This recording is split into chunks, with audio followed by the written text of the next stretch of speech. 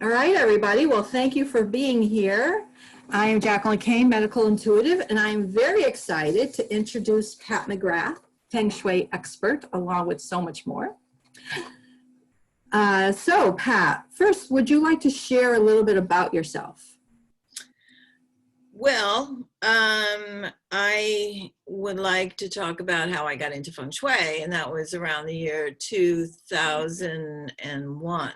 And up until that point, I had worked with my husband for 10 years. And we had worked for Connecticut Public Television and ESPN doing cartoons and cartoon commentary. So what that meant was our living room had art tables and art supplies and papers everywhere, and it was work 24/7. So when I was ready to move on, and when our contract at ESPN ran out, I had read a story in the newspaper about this woman that did Feng Shui and how she explained the energy of the space that you live in and how important it was to have the flow of a movement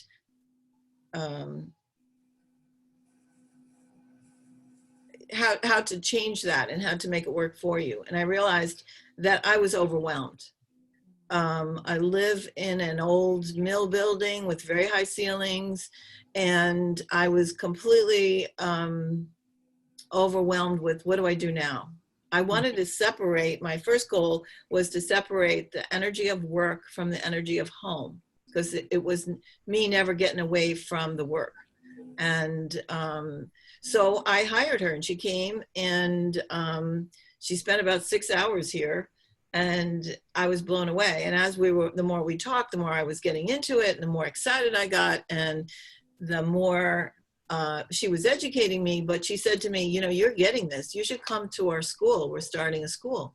And I said, well, okay. What? I didn't know what I was getting into.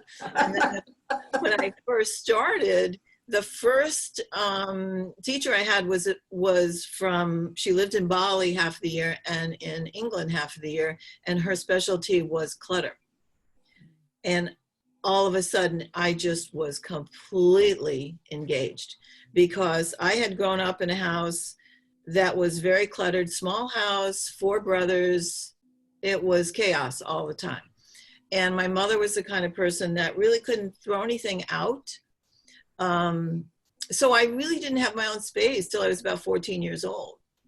And what that caused for me was complete chaos in my mind. Looking back now, I see I didn't have a real place to do my homework. I didn't have my own privacy, you know, all that kind of stuff. So anyway, I understand what that means now. I didn't understand at the time. But what I felt like when I started to go to school was I was getting the vocabulary for what I was feeling and experiencing. And I was validated by what I was hearing. So I was totally smitten, and then it went from there on. And it's just, I remember when I learned about the clutter, I came back to my house, and one of the walls, my husband's a cartoonist, so there was a lot of framed artwork on the wall, to the point where all the walls were covered. And the recommendation from this consultant was to maybe take some of those down to make some space on the wall, because it was too cluttered, and I had no idea. And when I took the stuff down, I got such a rush of energy that I took it all down. And it's on the floor, and he walked in the door and said, so what's going on here? And I said, I have no idea, but just give me 6 months. If nothing changes, I'll put it all back. And I had no intention of putting anything back, but I knew that I was stuck. And the feeling I had in my condo was that when I was here, I couldn't leave. And when I was away, I didn't really want to come back. And it was how the place was set up. And it's just been so much fun to go into other people's places and help them do the same thing, because, you know, you get into your life and you just get distracted by what you're doing, and you don't even realize that you're not managing your space until all of a sudden you can't walk through a room because there's too much stuff in it. Yeah. And especially when we're raising children, we're always bringing stuff in. This happens to everyone. They're nesting for a long time, and then all of a sudden the kids grow up and leave, and it's now what? Now what do I do? right? Mhm. And then you find you have all this stuff around that you don't even use. Yeah. So I find it really fascinating to help people just raise their awareness. And then when they tell me what it is they want to change in their lives, I can take a look at their space and say, well, I can teach them from the perspective of the Feng Shui principles, why they may be stuck, or they may be feeling a certain way, or they may feel like they're spinning their wheels, or there's all kind. I mean, it's limitless what you can talk Yeah. about. Yeah. And I noticed that when you came to my house and did some work, I didn't realize how much stuff we were putting in to fill the space. And then how you feel when you start taking these things out, you actually start feeling the vulnerability that you didn't feel before. And the energy, it's amazing. It's absolutely amazing, all the energy that comes when we start letting go. It's really awesome. I think that was one of the big things I learned from Karen Kingston, was that it takes so much energy to hold on to stuff. And I wasn't even thinking about that myself. And once you let that stuff go, you get your energy back. Yeah. So one of the things I like to tell people is that if you were to go around to your house, into all the different rooms, and see how much stuff you have in all the different rooms, and understand that you have a connection with every single item. You made decisions, you have emotional connections, you made decisions in terms of why you bought it or what you were thinking at the time. And so you have history with every single thing. Well, sometimes that can keep you living in the past.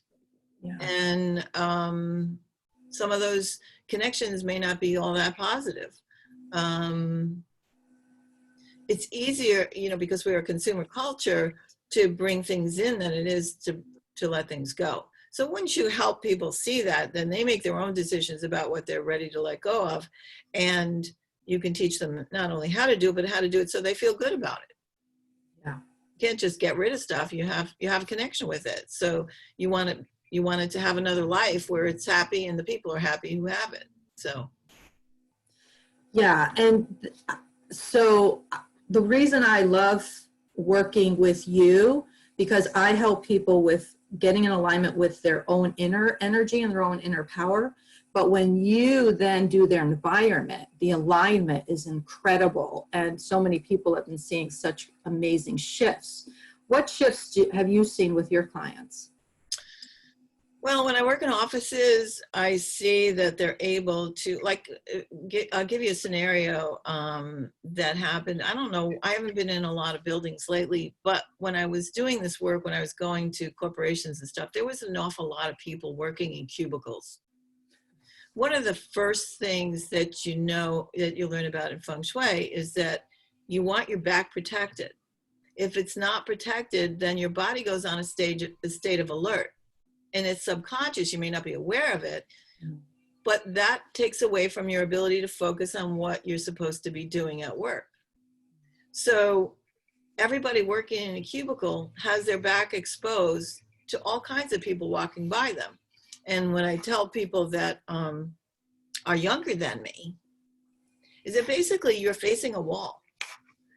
And when I was growing up, that was a punishment in school. Go face the wall. Oh, wow. So many people are working facing a wall.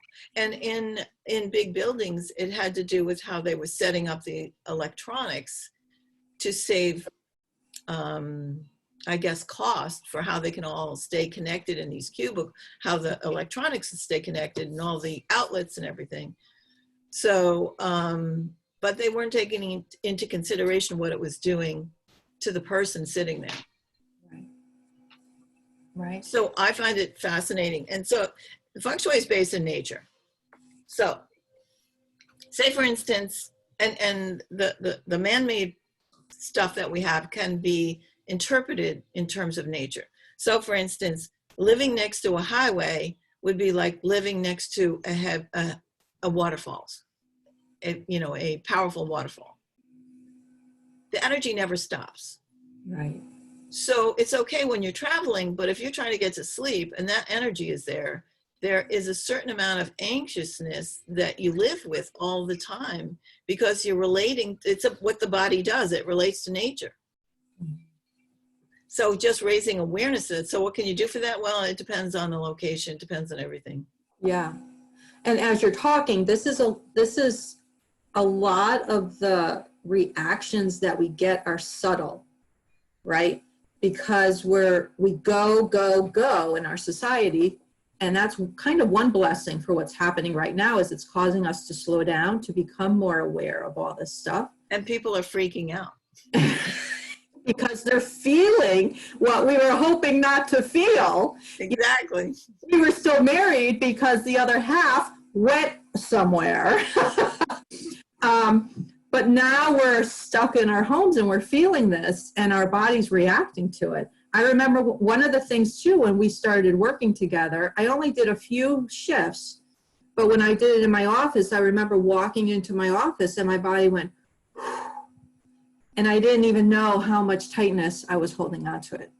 So these are all very subtle shifts that help us to overall feel relaxed and more in tune and more aligned with our soul's purpose. I think that a lot of people are not aware of what they're experiencing because they're busy in their minds going into the future, going into the past, and they don't recognize. But if you had, say, for instance, this would make it obvious. If you had a piece of furniture that was near the front door and had a sharp edge on it, and you walk by it, and every time you walk by it, you hurt your leg, that would get your attention.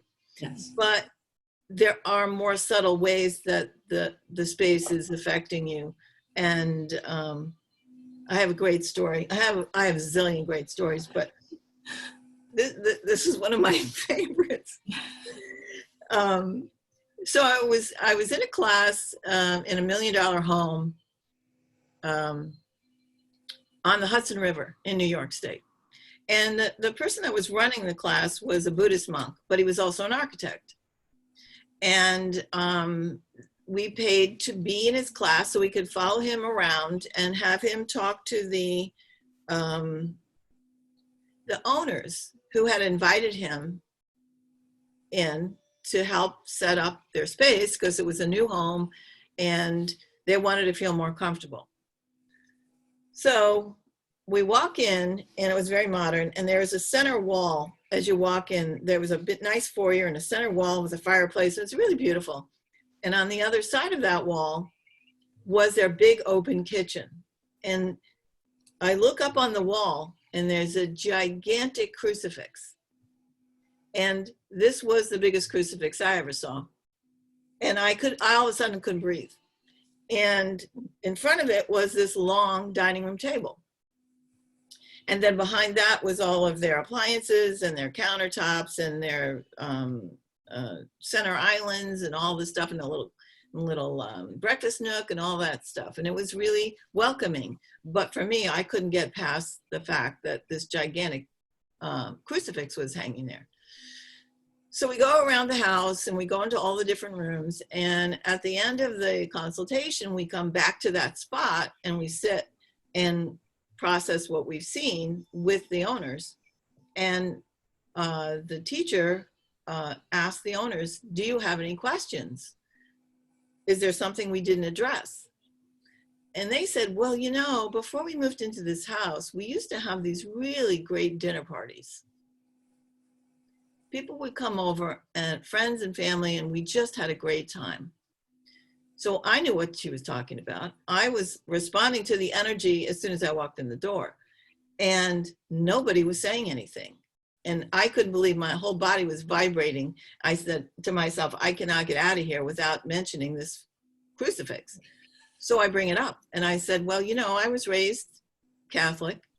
In the 50s, that meant we spent a lot of time praying in front of the crucifix, contemplating the crucifixion, which is probably one of the most brutal ways to go.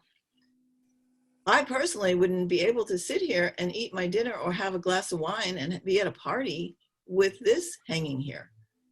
And the owners were like, they didn't understand what I was talking about because they had made a determination to buy this from a friend. And this friend was the artist in South America that they thought they were honoring by buying this crucifix from him. But from a Feng Shui perspective, it was not in alignment with what they wanted to do in that room. Right. So this is what aligning the energies is all about. It's not that the crucifix was bad, it was not in the right place. Right. So what the teacher decided when he responded was that the house was certainly big enough that they could create a chapel, which would do both. It would honor the artist that they wanted to honor, and it would shift the energy in the area that they wanted to have a party in. Right. So, I mean, that was huge. And it was, if he did nothing else, if they did nothing else in the whole consultation, that would change their life right there. Yeah, that's a big deal. And I think so many times we just put things in our home because we like it, but we don't realize the energy of it and what it's coming for. It comes down to people thinking versus feeling. And we can talk ourselves into how something is. I mean, I studied art. I've seen people talk themselves into how fabulous a piece of art is. But when you get down to how do you feel about the art, they don't even know what to say because they can't even relate to it, right? So it's a lot of fun. I just love this because when I see people's awareness take a huge leap, I know their lives are going to improve. Yeah. And so many, I find the same thing because people are like, don't talk about my feelings. I don't want to talk about my feelings. I'm very happy suppressing them and just being superficial. So can we just go on from that and just not talk about it? I think your work is genius, actually, because you have these very subtle ways of pulling out these memories that we forget are there. Because we're busy, we just keep going. Yeah. So what do you love most about doing your work?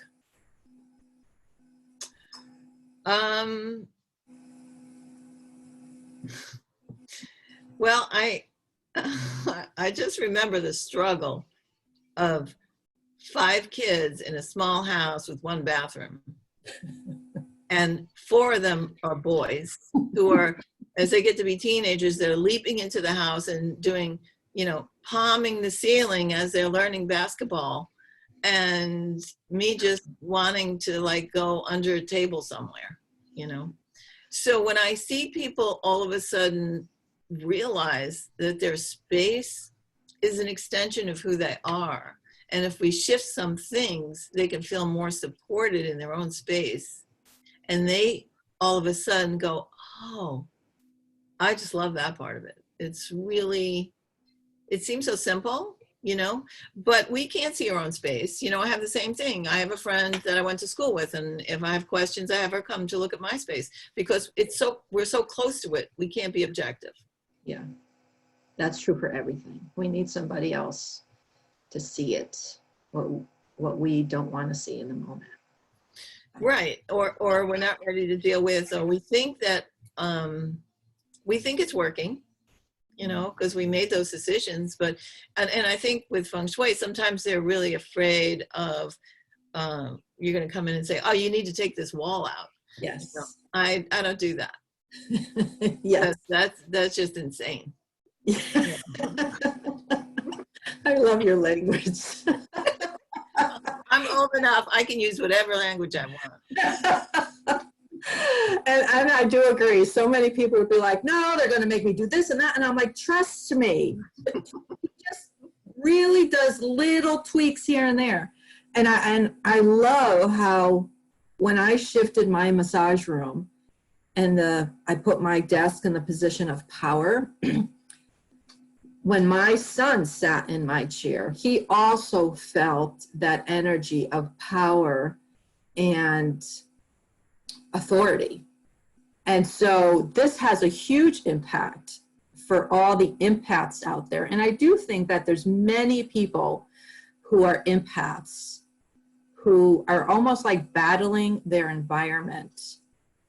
And we don't know it because It's not talked about. Again, everything we do is energy, but nobody really talks about the energetics and understanding it. So it's about for in the Feng Shui world, it's about vocabulary, yeah, because it's an Eastern way of being, an Eastern philosophy, and it's based on different words that we don't have in our culture. We have the word energy in our culture. They have chi or ki or prana, and people understand what that means. So when you learn Feng Shui, you learn that those cultures can define energy many, many ways. In our culture, we don't define it. We just say, oh, we have it or we don't have it, which is not the case. It's everything. yeah, yeah. So I know we'll just be on here for a few more minutes, and I know Joyce has to go in a few minutes. Anybody have any questions for Pat? I'm unmuting people, unless you muted on your side. And anybody on Facebook? God, I love when technology all works together. Lorette says, I have my grandmother's Mary in my entrance. I'm not sure, is that, Lorette, I'm not sure what that is. Susan says, my entire dining room set needs to go. Joyce, do you have any questions? I know you only have a few more minutes. Yeah, I actually have another Zoom meeting at 1 o'clock. So, as you know, I would be almost scared to death to have her come to my house. But boy, you got my mind twisted and turning here. So I actually could say until about quarter hour. So Yeah, good. but I love it. I think it's yeah. I tend to hold on to things. My house has got antiques in it, and that's been part of my life forever. But it's too much. I have a whole cellar full of stuff. When I moved from my farmhouse to this little ranch that's still in boxes, and I have no place to put them. I had a friend that inherited 2 house loads of furniture, and the pressure was put on her by the family that this needed to stay in the family, and she was the one who had the house that was big enough, but she really didn't have room for it. It was a tough emotional thing for her to deal with. So I understand that. It's very emotional, yes. Yeah. So all I tell people is try to surround yourself with things that lift your spirit. So And if it doesn't lift your spirit, out. You say it's dead. It's dead. well, thankfully Jackie has helped me realize this prior that I got to get rid of a few things here. Well, just have fun with it. Really, do one thing at a time. Take it slow. Do one thing at a time, and really set up a way to let that stuff go that you feel good about. Right, exactly. You have to send your blessing with it, right? Yeah. Yeah, and Frankie says, yeah, she's trying to get rid of stuff that means nothing and honor the family and the memories. Let me just point out that my grandfather was the head of the lost and found for the New York subway system. We're talking about millions of things that were left on the subway. So he had to sort it all out. His department had to sort it all out and keep it and let it go, on a regular basis. So his house was neat as a pin. But his daughter, my mother, she could not give anything away. I mean, we would find bases from trophies. And if you asked her about it, she said, well, maybe somebody could use that. So Said that. Times. That way, I understand how difficult it is to let some things go. Yeah. So some people are asking, would love to learn more. And we have an exciting thing for you guys. So this Friday evening, we're doing a presentation all about worthiness and women and their ability to feel worthiness. Do you want to talk any more about that, Pat? Well, I think it's something that's been on my mind for a long time because I feel like I've been exposed to hearing the word empowerment through a lot of programs. And what I saw with the people that I know that is empowerment doesn't stick. The techniques don't stick if you don't feel worthy and deserving. So that got my attention. And through the last couple of years, I've been focused on that. And my part of the presentation includes kind of how we got here, you know, how as women we've been affected by the images that we've seen that have been in magazines or in books or on television or in the movies, and what that has done to influence who we are in this culture. And then certainly the stories from our mothers and our grandmothers and what that was all about. So I come in with a really big picture about this is what this means. And now we have some images now that are helping us to change our sense of self-worth. And then there's other images that are not, or television shows or whatever. And so I had really a lot of fun putting this together. And I first gave this talk at Eastern Connecticut for my husband's class on cartoons in American society. But when I was doing it, I also saw a much deeper level to it that I wanted to incorporate. And I was able to give this talk last year to a healing center in Tolland. And now this will be the third time, and it's really tweaked really well with your work, Jackie, because I bring in the big picture and then you make it all really personal and help people understand what they feel about things and how they can move forward and how they can let go of the stuff that's no longer working for them. Yeah. So I think it's going to be very exciting, very powerful. Yeah, I'm really excited to be a part of it. And your talk is incredible. The whole journey of women and the images and the messages that we're constantly getting from media and outside of ourselves of how we're supposed to be and all the pressure that we put on ourselves. So it's going to be really fun. Yeah. So, yeah, I hope everybody joins. Me too. Up and registers. And if you have any other questions for Pat, leave them in the Facebook group, and Pat, you're in there so you can answer questions. And we'd love any feedback from what you thought, what your takeaways are from today. And thank you all for being here. Thank you. Bye, Joyce and Christy. Thank you for joining on Zoom. You're entirely welcome. Thanks. Nice meeting you. Bye-bye. Bye. Just you and me?